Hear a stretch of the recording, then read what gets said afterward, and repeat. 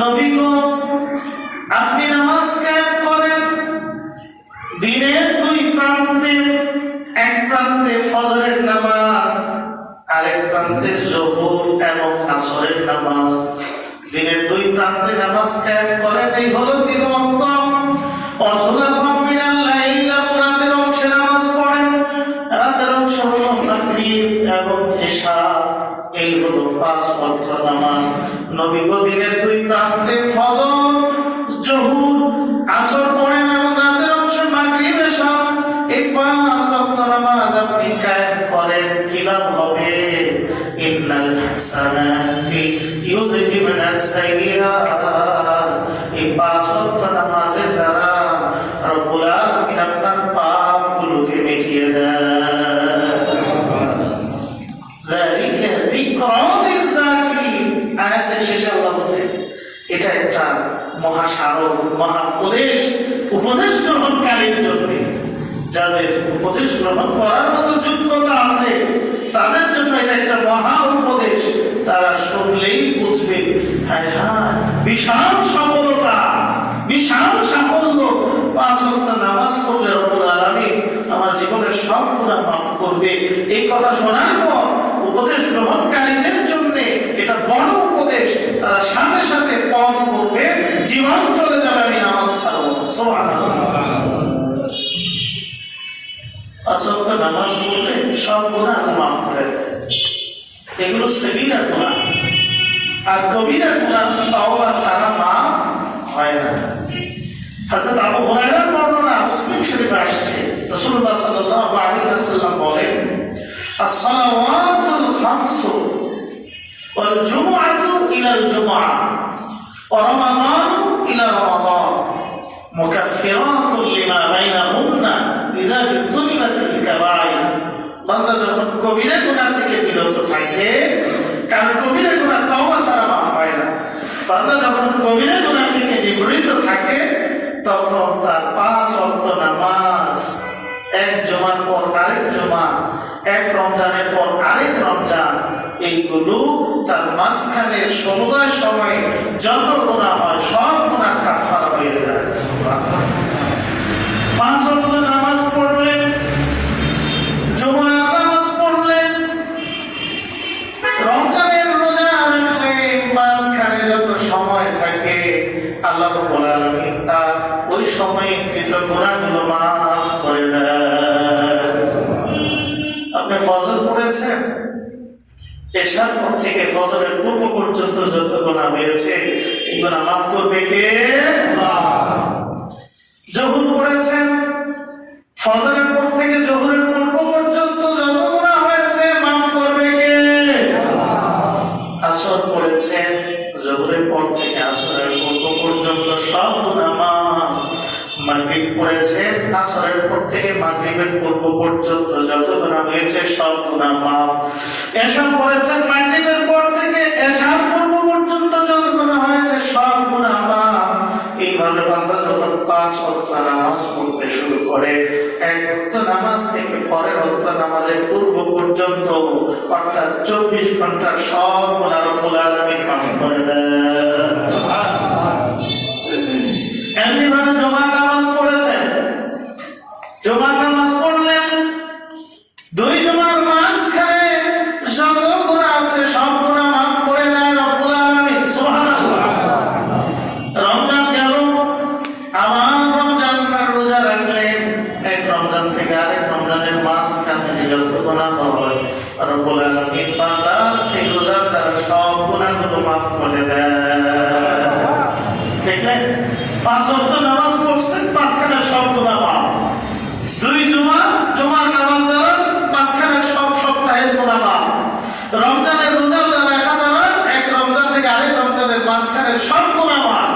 এইভাবে গুনাহ মাফ হয়ে বান্দা যখন পবিত্র পাকসাফ হয়ে যায়, যত নেক আমল করতে থাকে আল্লাহ রাব্বুল আলামিন তার দ্বারা বান্দার মর্যাদাকে বুলন্দ করে দেয়। আরে নামাজ তো শুধু সগীরা গুনাহের জন্য কাফারা না, যদি নামাজের মতো আদায় করা যায়, এই নামাজ আপনার আমার জীবনের সগীরা কবিরা সব গুনাহের জন্য কাফারা। সুবহানাল্লাহ।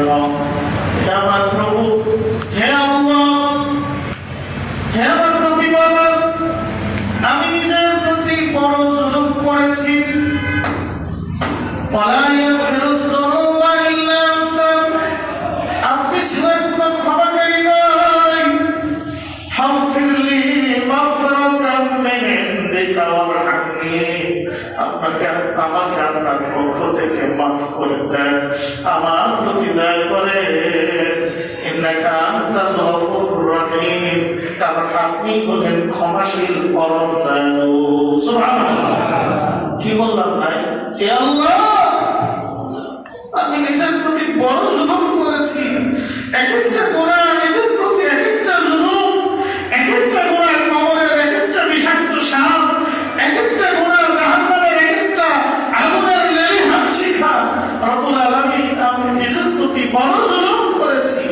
আপনি ছাড়া কোনো ক্ষমাকারী নাই একমাত্র ক্ষমাকারী কে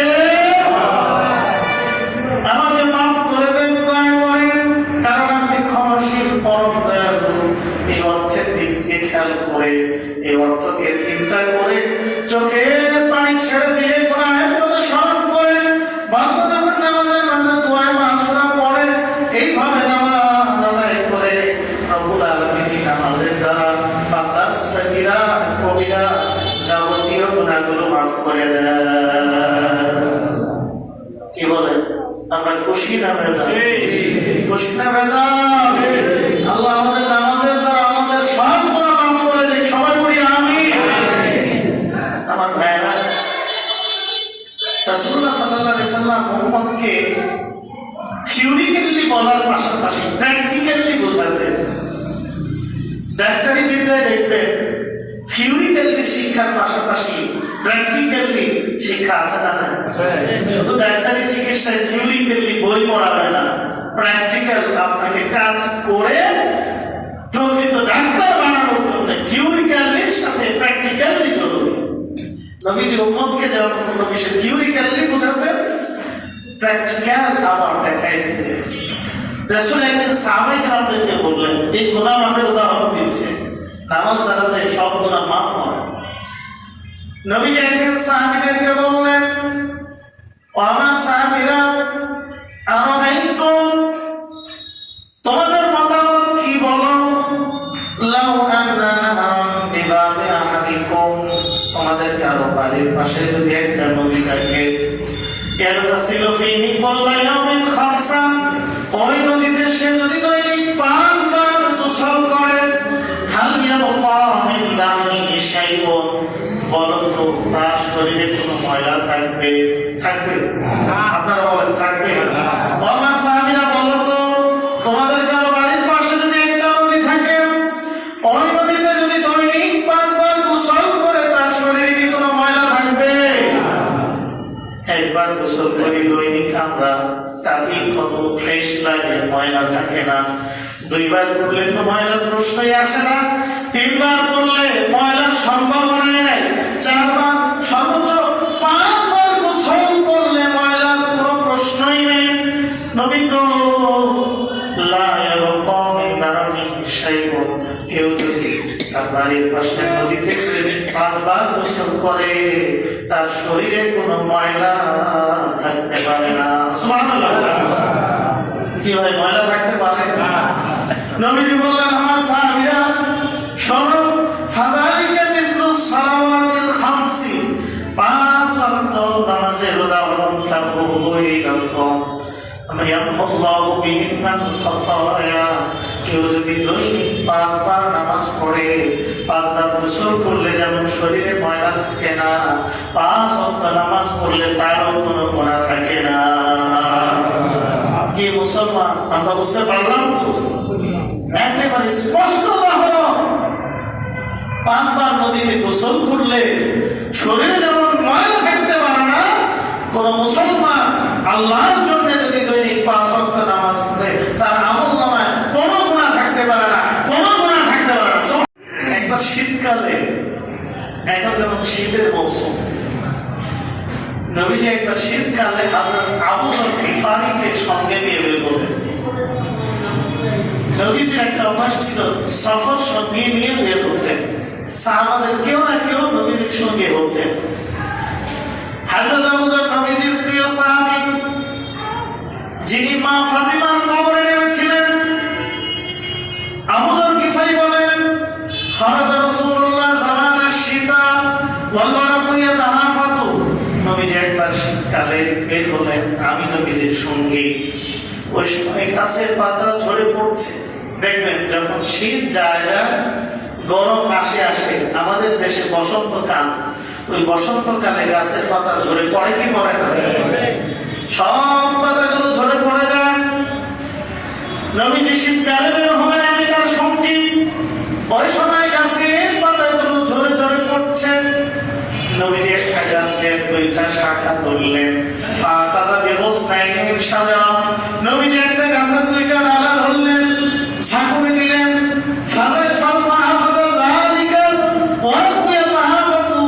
এর কারণে আরো প্রবল বেগে পাতা ঝরতে লাগলো। নবীজি আমাকে ডাক দিলেন, আবু যর। আমি বললাম, লাব্বাইক ইয়া রাসূলুল্লাহ, নবী গো আমি উপস্থিত আছি। নবীজি আমাকে ডাক দিয়ে বললেন, আবু যর দেখো দেখো দেখো দেখো কিভাবে গাছের পাতাগুলো ঝরে পড়ছে।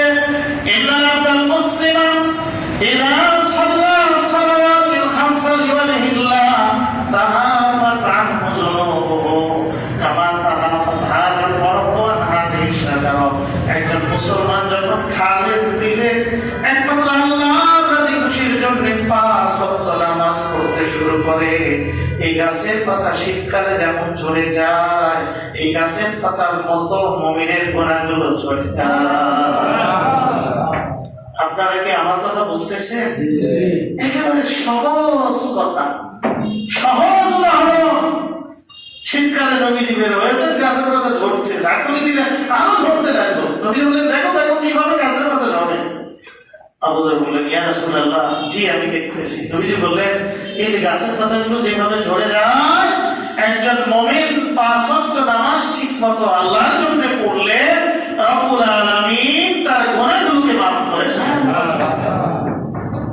আরে খুললে রাখো আমার ভাইরা, আমার বন্ধুরা, দেখে আপনার হাদিসে হযরত উবাদা ইবনে সামিত রাদিয়াল্লাহু আনহু বর্ণনা, বিশ্বনবী সাল্লাল্লাহু আলাইহি সাল্লাম বলেন, খামসু সালাওয়াত ইফতারাদাহুন্না আল্লাহু তাআলা। আল্লাহ রাব্বুল আলামিন পাঁচ ওয়াক্ত নামাজ ফরজ করেছেন। কয় ওয়াক্ত? সবাই বলেন পাঁচ ওয়াক্ত। আল্লাহ রাব্বুল আলামিন পাঁচ ওয়াক্ত নামাজ ফরজ করেছেন। মান আহসানা ওযুআহুন্না, যে ব্যক্তি সুন্দর করে তার ওযুটা করলো, ওযু শুরুতে মিসওয়াক করলো, এরপর দুইটা হাতকে কবজি সহ ভালো করে ধৌত করলো, গড়গড়া করে তিনবার কুলি করলো, নাকের নরম স্থান পর্যন্ত তিনবার করে পানি পৌঁছাইলো, ময়লা পরিষ্কার করলো, মুখমণ্ডলটাকে এক কানের লতি থেকে আরেক কানের লতি পর্যন্ত, কপালের চুলের গোড়া থেকে চুলের নিচ পর্যন্ত দাড়ি ঘন হলে খেয়াল করলো, পাতলা হলে দাড়ি সহ ধৌত করলো, এরপর ডান হাত বাম হাত কোনই সহ ধৌত করলো, সম্পূর্ণ মাথা থেকে আদবের সাথে মাসেও করলো, কান মাসেও করলো, ঘাড় মাসেও করলো, এরপর ডান পা বাম পা টাকনো সহ সুন্দরভাবে ধৌত করলো। যে ব্যক্তি তার ওজনটাকে সুন্দর করলো, অসাল্লাহুন্না লিওয়াক্তিহিন্না, এবং টাইম টু টাইম সময় মতো নামাজ পড়লো। বলেন, নামাজের নির্দিষ্ট সময় আছে না নাই? রব্বুল আলামিন কোরআনে সূরা নিসায় বলেন, ইন্নাস সালাতা কানাত আলাল মুমিনিনা কিতাবাম মাওকুতা।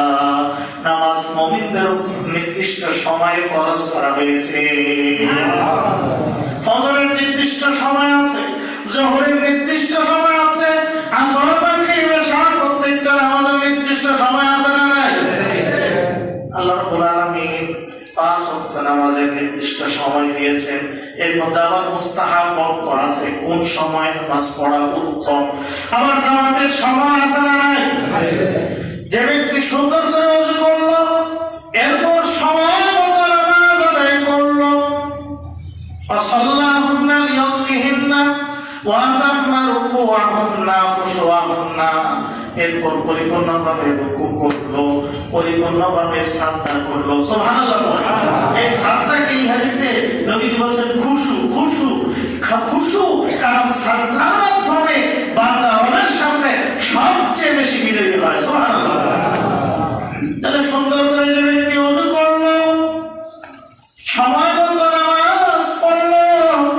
পরিপূর্ণভাবে রুকুটা করলো, পরিপূর্ণভাবে সাজদাটা করলো, কোনো তাড়াহুড়া নাই, বিদ্যুৎ গতি নাই, ধীর স্থির ভাবে রুকু করলো, রুকু থেকে সোজা হয়ে দাঁড়াইলো, সামি আল্লাহু লিমান হামিদা, রব্বানা লাকাল হামদু হামদান কাসীরান তাইয়িবান মুবারাকান ফি।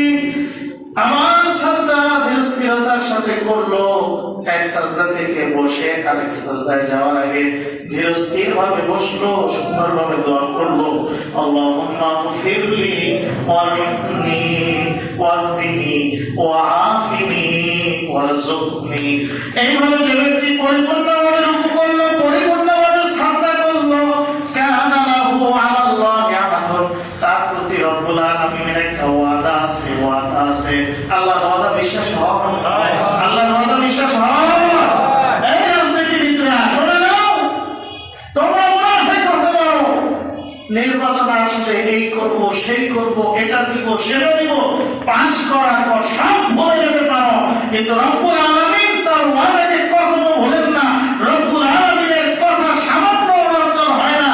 মা ইউবাদদালু কওলু লাদাইয়া ওয়া মা আনা বিযাল্লামিন লিল আবিদ। আমার কথার অর্জন নয়, আমার কথার অর্জন নেই, আমার কথার পরিবর্তন নেই। রব্বুল আলামিন ওয়াদা করছেন আইয়াগফিরা, এই ব্যক্তির জীবনের গুনাহগুলো তিনি মাফ করে দিবেন। বোঝা আসছে?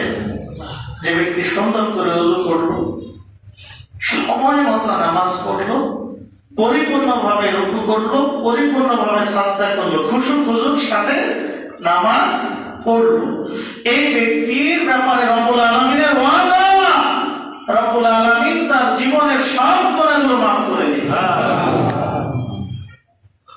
ওমান লাম ইয়াফআল ফালাইসা লাহু আলাল্লাহি আহাদ।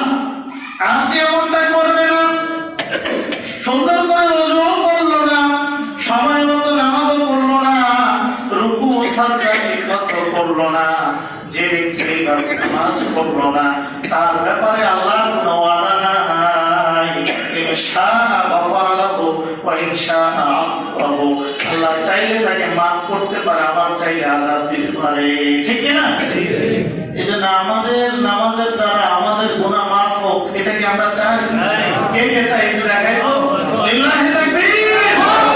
হে আল্লাহ, আমাদের সকলের জীবনের গুনাহগুলো মাফ করে দাও, আমিন।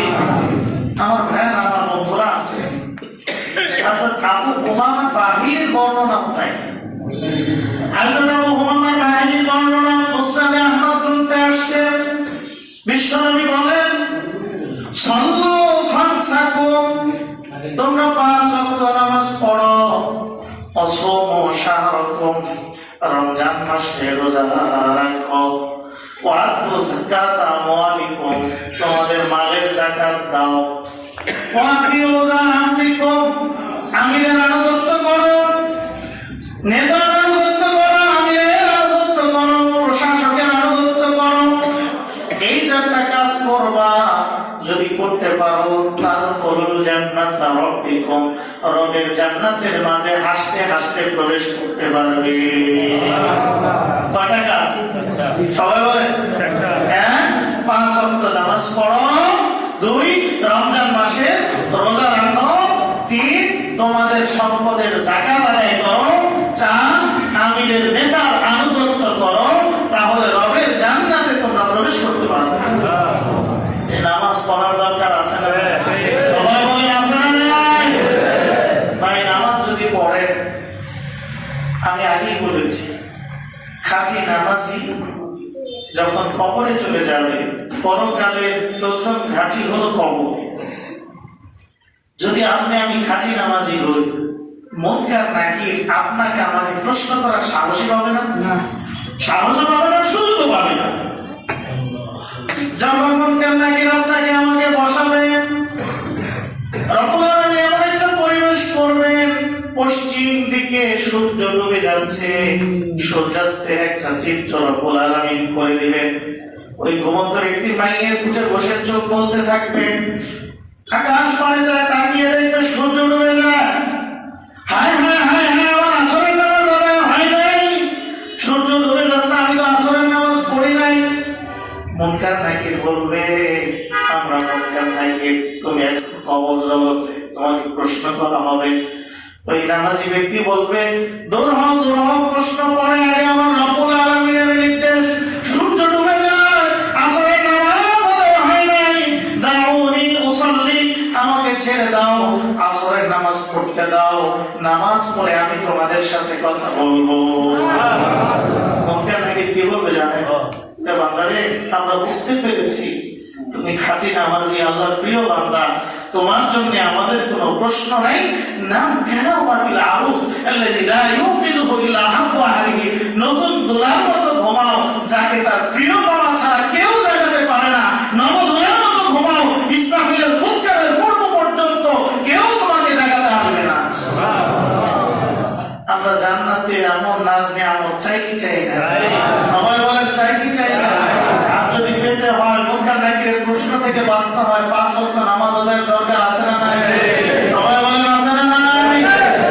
এরপর যখন ইসরাফিলের শিখে ফুৎকার হবে, কিয়ামতের ময়দান কায়েম হবে, আল্লাহ বিচার কাজ শুরু করবে, তখন কি হবে জানেন? হযরত ইবনুল আস রাদিয়াল্লাহু আনহু বর্ণনা, মুসনাদ আহমদ বাইহাকী দুই গ্রন্থে আসছে। বিশ্বনবী সাল্লাল্লাহু আলাইহি সাল্লাম একদিন নামাজ নিয়ে আলোচনা করলেন সাহাবীদের সামনে। এরপর বললেন, মান হাফাযা আলাইহা, যে ব্যক্তি নামাজের ব্যাপারে যত্নবান হবে। কি নামাজের কি বডি আছে? এটাকে গোসল করাবেন, ভালো জামা পরাবেন, যত্ন নেবেন, এরকম না। যে ব্যক্তি নামাজের হেফাজত করবে, নামাজের ব্যাপারে যত্নবান হবে, অর্থাৎ সময় মতো নামাজ পড়বে। বিশ্বনবী বলেন, মান হাফাযা আলাইহা, যে ব্যক্তি নামাজের ব্যাপারে যত্নবান হবে, কানাত লাহু নূরুন, এই নামাজ তার জন্য কিয়ামতের দিন আলো পত্রিকা হয়ে যাবে। নূর, আলো হবে। জুলমাতের বিপরীত নূর, জুলমাত মানে অন্ধকার। বেনামাজিরা পরকালে কিয়ামতের দিন অন্ধকার দেখবে। এই নামাজিরা নামাজ তাদের জন্য নূর হবে, মানে তারা ওই দিন দিশাহারা হবে না। আলোর মাঝে যেমন মানুষ পথ খুঁজে পায়, এই নামাজি ব্যক্তিরা সেদিন নাজাতের পথ খুঁজে পাবে। কি চমৎকার উদাহরণ নবীজি। নামাজ ওই দিন তার জন্য নূর হবে। নূর মানে আলো। আলো যখন ব্যক্তিকে পথ দেখায়, এই নামাজ ব্যক্তিকে সেদিন নাজাতের পথ দেখাবে। অবরহান, ওই নামাজ তার পক্ষে দলিল হবে। আপনারা আমার কাছে হাদিস শুনেছিলেন রমজান মাসের খুতবায়, যে সিয়াম আল্লাহর কাছে সুপারিশ করবে, কোরআন আল্লাহর কাছে সুপারিশ করবে। এই হাদিস আছে না? বলেন আছে না? এই সিয়াম যদি সুপারিশ করতে পারে, রোজা রেখে দেখা যায়, ধরা যায়, শোনা যায়। রোজা যদি আল্লাহর কাছে সুপারিশ করতে পারে, নামাজ পারবে না? রব্বুল আলামিনের কাছে যেমন রোজা সুপারিশ করবে, কোরআন সুপারিশ করবে, ওই কিয়ামতের দিন নামাজ বুরহান, প্রমাণ, দলিল হয়ে দাঁড়াবে। ওই নামাজের কারণে ব্যক্তি নামাজের জন্য ওযু করেছে, তার মুখমণ্ডল ঝলমল করতে থাকবে, নূরে চকমক করতে থাকবে, তার হাত দ্বয় নূরে ঝলমল করতে থাকবে, চকমক করতে থাকবে, মাথা থেকে নূর চমকাতে থাকবে, পায়ের টাক পর্যন্ত ঝলমল করতে থাকবে, নূর চমকাতে থাকবে। আমাদের আয়েশা রাসূলুল্লাহ সাল্লাল্লাহু আলাইহি সাল্লাম বলেছিলেন, আয়েশা রে, কিয়ামতের দিন আমি আমার উম্মতদেরকে বেছে বেছে জান্নাতে সুপারিশ করব। আয়েশা বললেন, রাসূল, ওই কিয়ামতের ময়দানে সব আমার উম্মতেরা থাকবে, কোটি কোটি কোটি কোটি অসংখ্য মানুষ। এদের মধ্য থেকে আপনার উম্মতকে আপনি কিভাবে বের করবেন, কিভাবে চিনবেন? আয়েশা, তুমি ভুল করছো, ভুল বলছো। অসংখ্য ঘোড়ার মাঝে যদি চাঁদ কপালওয়ালা ঘোড়া থাকে, তার মালিক তাকে খুঁজে পাবে কিনা? অসংখ্য ঘোড়ার মাঝে চাঁদ কপালওয়ালা ঘোড়া যদি তার মালিক খুঁজে পায়, অসংখ্য উম্মতের মাঝে আমার নামাজি চাঁদ কপালওয়ালা উম্মত গুলোকে আমিও খুঁজে পাবো। এই নামাজে নূর ঝলমল করবে। এই নামাজ আপনার আমার পক্ষে সাক্ষী হবে। নামাজ দ্বারা রোজার মতো, কোরআনের মতো। রব্বুল আলামিন, আমি নামাজ কি চাও? আপনার বান্দা সবুজানি সাহেব, আমি নামাজকে ঠিক মতো দৈনিক আদায় করেছে, 5 ওয়াক্ত নামাজ পড়ছে, জীবন চলে যায়, তারপর আপনার বান্দা নামাজ ছাড়ে নাই, আমি আপনার বান্দাকে ছাড়বো না। মালিক মেহেরবানি করে রোজার মতো, কোরআনের মতো আমি নামাজের সুপারিশকে আপনি কবুল করে নেন। সেদিন নামাজের সুপারিশ কবুল হবে কি হবে না? বলেন হবে কি হবে না? এজন্য আমাদের নামাজ আদায় করার দরকার আছে না নাই? সবাই বলেন আছে না নাই? নামাজ পড়বেন তো ইনশাআল্লাহ। বাবাজিরা, আমি হাত জোর করে বলি, যদি পায়ে ধরতে বলেন পায়ে ধরে বলি, আমিও থাকবো না, আপনিও থাকবেন না, আমিও কবরে চলে যাব, আপনিও চলে যাবেন। এমন হতে পারে আগামী খুতবায় আমি নাও থাকতে পারি। আজকে আমার গ্রামের 2 জন মুরব্বী মারা গেল, একজনকে দাফন করে তাড়াতাড়ি গোসল করে আসলাম, আবার জমা পড়ে গিয়ে আরেকজনের জানাজা দাফন। স্বপ্নের মতো মৃত্যু, মানুষ কিভাবে চলে যাচ্ছে, আপনি আমি কখন যাব এর কোনো গ্যারান্টি আছে ভাই? কি নিয়ে যাব? সবচেয়ে বড় সম্পদ হলো নামাজ। সবচেয়ে বড় সম্পদ কি? হযরত আব্দুল্লাহ ইবনে মাসউদ নবীজির প্রিয় সাহাবী, নবীজির খাদেম, অনেক লম্বা সাহাবী ছিলেন, সুশ্রী সুদর্শন সাহাবী ছিলেন। হযরত আব্দুল্লাহ ইবনে মাসউদ নবীজির কাছে গিয়ে জিজ্ঞেস করলেন, ইয়া রাসূলুল্লাহ, আইয়ুল আমালি আহাব্বু ইলাল্লাহ, আল্লাহর কাছে কোন আমলটা সবচেয়ে পছন্দনীয়? নবী নির্দ্বিধায় নিঃসংকোচে বললেন, সালাতু লিওয়াক্তিহা, সময় মতো নামাজ পড়া, এটাই হলো রব্বুল আলামিনের কাছে সবচেয়ে শ্রেষ্ঠ আমল। আমাদের সবচেয়ে বড় সম্পদ হলো নামাজ। রব্বুল আলামিনের কাছে সবচেয়ে শ্রেষ্ঠ আমল হলো নামাজ। সুবহানাল্লাহ। এই আমাদের মধ্যে যত বিনয়, যত আনুগত্য প্রকাশ পায়, যত আত্মসমর্পণ প্রকাশ পায়, তা অন্য কোন ইবাদতে প্রকাশ পায় না। কথা বলে ঠিক নেই? সাজদায় গিয়ে কি করি আমরা দেখেছেন? একটু চিন্তা করেছেন? কপালটাকে জমিনে ঘষি, নাকটাকে জমিনে ঘষি, 2টা হাত জমিনের মধ্যে ঘষি, 2টা হাঁটু জমিনের মধ্যে ঘষি, 2টা পা, 2টা হাত, 2টা পা, 2টা হাঁটু, নাক, কপাল, 8টি অঙ্গ জমিনের মধ্যে ঘষি, চোখের পানি ছেড়ে দিয়ে বলি, সুবহানা রাব্বিয়াল আ'লা, আমি প্রশংসা করছি আমার মহান রব আল্লাহ। আমি প্রশংসা করছি কার? আমি প্রশংসা করছি আমার মহান রব আল্লাহ। এইভাবে যখন রব্বুল আলামিনের নাকে খত দিয়ে প্রশংসা করতে থাকে, তখন রব্বুল আলামিনের রহমতের দরিয়ায় ঢেউ শুরু হয়ে যায়। রব্বুল আলামিন মুকাররম ফেরেশতাদেরকে ডাক দিয়ে বলে, ফেরেশতারা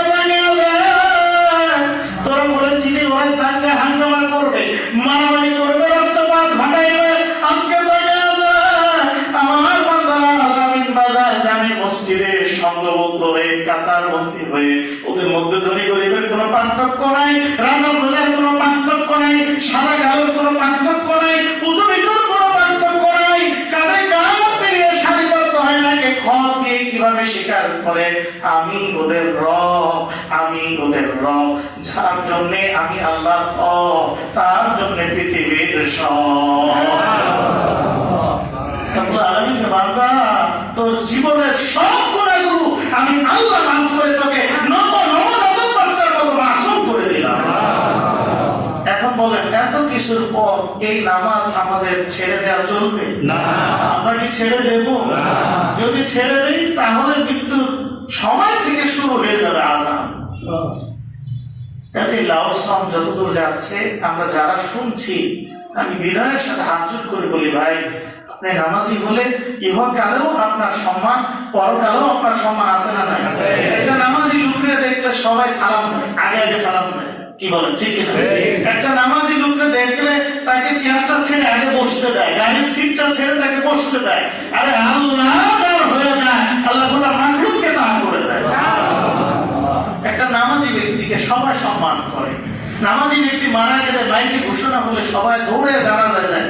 জানো, আরে ওই লোকটা চলে গেছে, উনি খাঁটি নামাজি ছিলেন, খুব ভালো মানুষ ছিলেন, চলো তাই ওনার জানাজায় যায়। এরকম লোকের জানাজা দিতে পারো সৌভাগ্যের, এমন কথা আমাদের মধ্যে আলোচনা হয় কি হয়? আর একটা বেনামাজি মরলে ওই তার আত্মীয় স্বজন গুলো আসে, প্রতিবেশীরা নিরুপায় হয়ে সামাজিকতার কারণে যায়, আর মনে মনে হুজুররা যখন তারা বলে অমুক খুব ভালো লোক ছিলেন, তমুক খুব ভালো লোক ছিলেন, আপনারা বৃদ্ধাঙ্গ দেখায় ঘোড়ার ডিম ছিলেন, আমরা জানি না কি জ্বালানটা আমাদেরকে জ্বালাইছে। কথা বলেন ঠিক কিনা? এজন্য আমরা কি ভালো লোক হয়ে মরতে চাই না মন্দ লোক?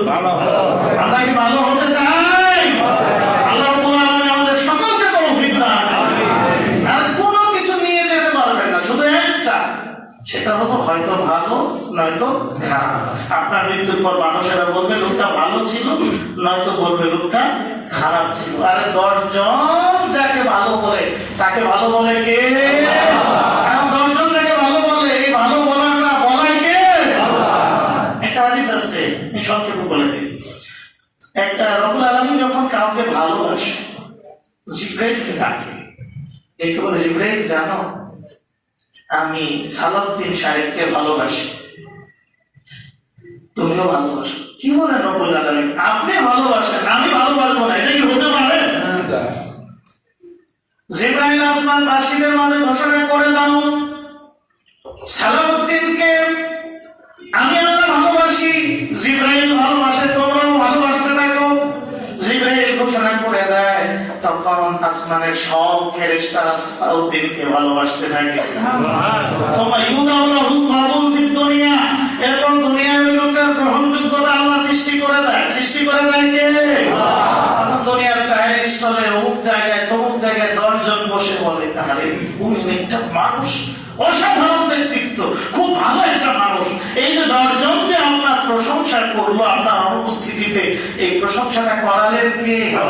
এই 10 জনের ভালো বলা মানে আসমানের ফেরেশতাদের ভালো বলা, আসমানের ফেরেশতাদের ভালো বলা মানে জিবরিল আমিনের ভালো বলা, জিবরিল আমিনের ভালো বলা মানে আরশ আজিমের মালিক রব্বুল আলামিনের ভালো বলা। এমন ভালো লোক আমরা হতে চাই কি চাই? আর কিছু লাগবে না, এতটুকু নিয়ে যাবে যে ভালো আর মন্দ। আর এই ভালো লোক হতে হলে আমাদের রব্বুল আলামিনের সর্বপ্রধান বিধান 5 ওয়াক্ত নামাজ পড়ার দরকার আছে না? আজ থেকে আমরা সবাই করবো তো ইনশাআল্লাহ? করবো তো ইনশাআল্লাহ?